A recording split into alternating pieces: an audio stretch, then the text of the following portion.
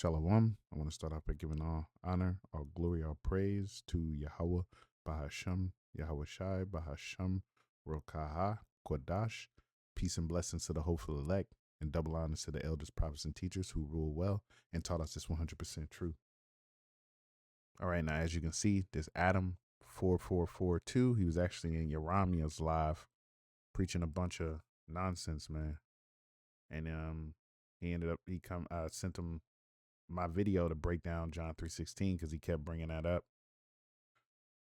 And told him if he has anything to rebuttal scripture, just provide scripture, man. That's all I care about, all I want to deal with. And he came out with Romans 9:23 through 26, which we're gonna go into. And he says it shows how God has called the Gentiles his people. And he called the Gentiles his people because those were actually Israelites, and we're gonna prove that, man. So, got it right here in front of you.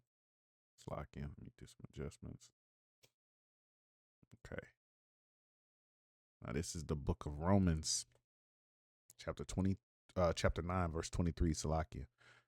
And that he might make known the riches of his glory on the vessels of mercy, which he had afore prepared unto glory. Now, what's crazy is that you actually need to go back and get 22, man. Because he wants to preach that everyone's saved, but he wants to skip 22, which is you show yourself, man. You're showing your hand.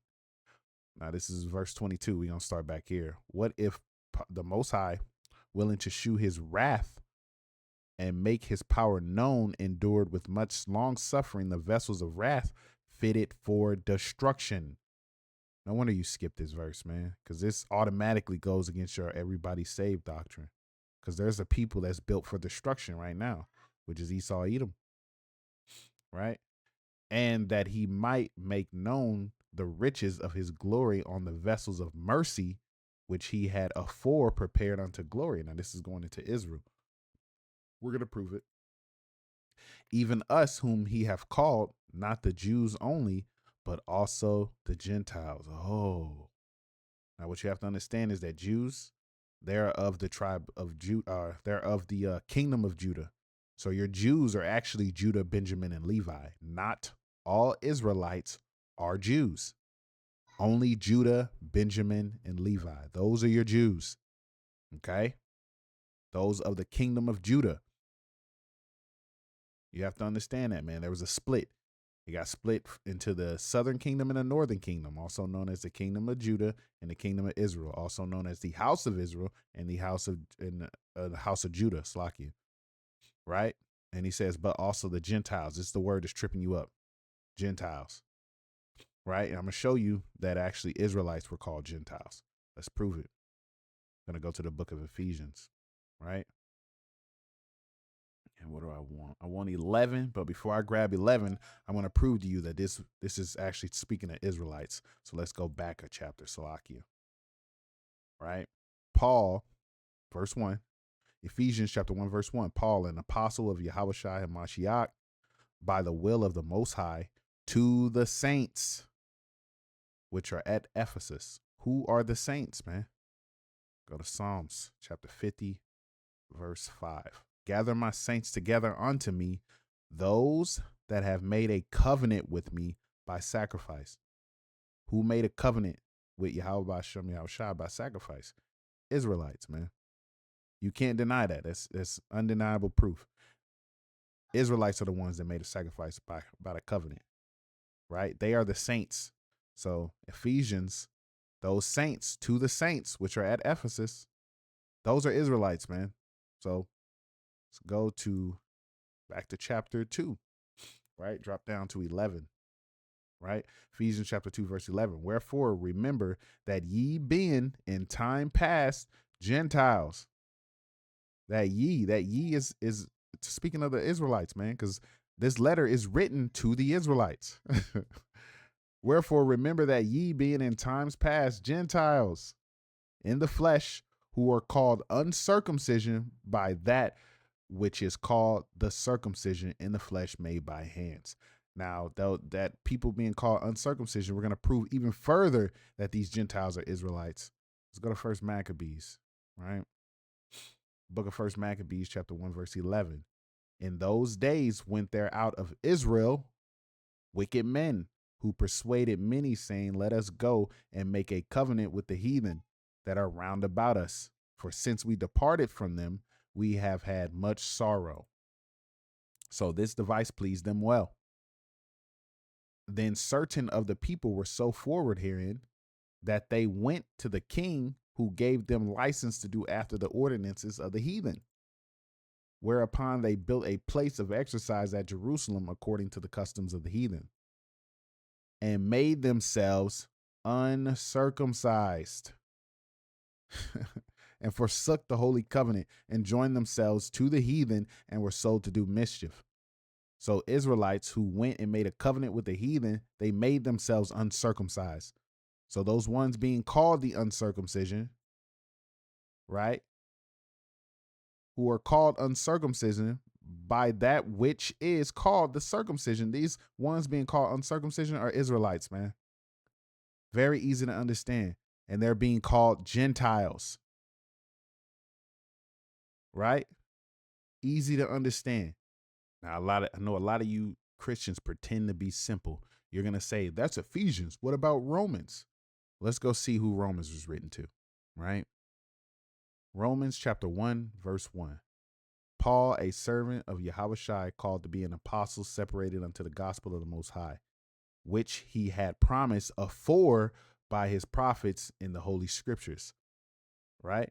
Concerning his son, Yahushua Mashiach, our master, which was made of the seed of David according to the flesh, and declared to be the Son of the Most High, with power according to the Spirit of holiness by the resurrection from the dead, by whom we have received grace and apostleship for obedience to the faith among all nations, for his name, among whom ye are also called of Yahushua Mashiach. Listen, to all that be in Rome. Boom. So all of these people in Rome they speaking to, beloved of the Most High. Who's loved by Yahweh? Israel. You won't find him saying that he loves any heathen. And don't try to go to John 3:16, because I've already broken that down. That word world goes into cosmos, right? Cosmos has multiple definitions. Figure out which one it is by getting precept and going precept upon precept, right? So the beloved of the Most High is Israel, called to be saints, proves it even further. We already went into who the saints was, but in case you were hard at hearing or skipped it, this is the book of Psalms, chapter 50, verse 5. Gather my saints together unto me, those that have made a covenant with me by sacrifice, which is who? Israel. So Romans was written to who?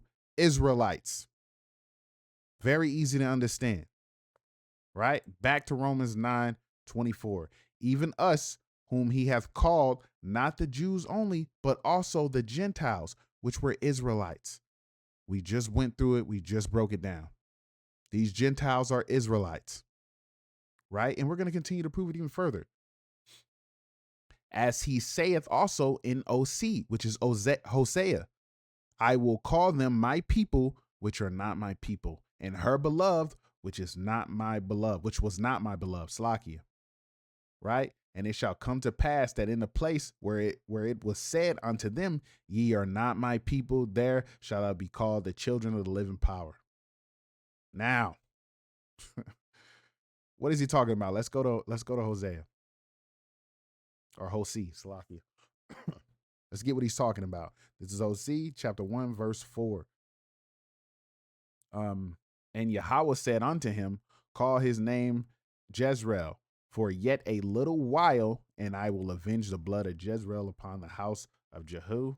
I don't know if that's how you say it, Salaki. If it's not, you can correct me, Akim, in the comments, because I suck at pronouncing these names. Salakia. And will cause to cease the kingdom of the house of Israel. Right? And it shall come to pass at that day that I will break the bow of Israel in the valley of Jezreel. Right? It's like my computer moving kind of slow. And she shall conceive again and bear a daughter. And the Most High said unto him, call her name Lahorame. If I said that right, Lahorame. For I will no more have mercy upon the house of Israel, but I will utterly take them away. Right?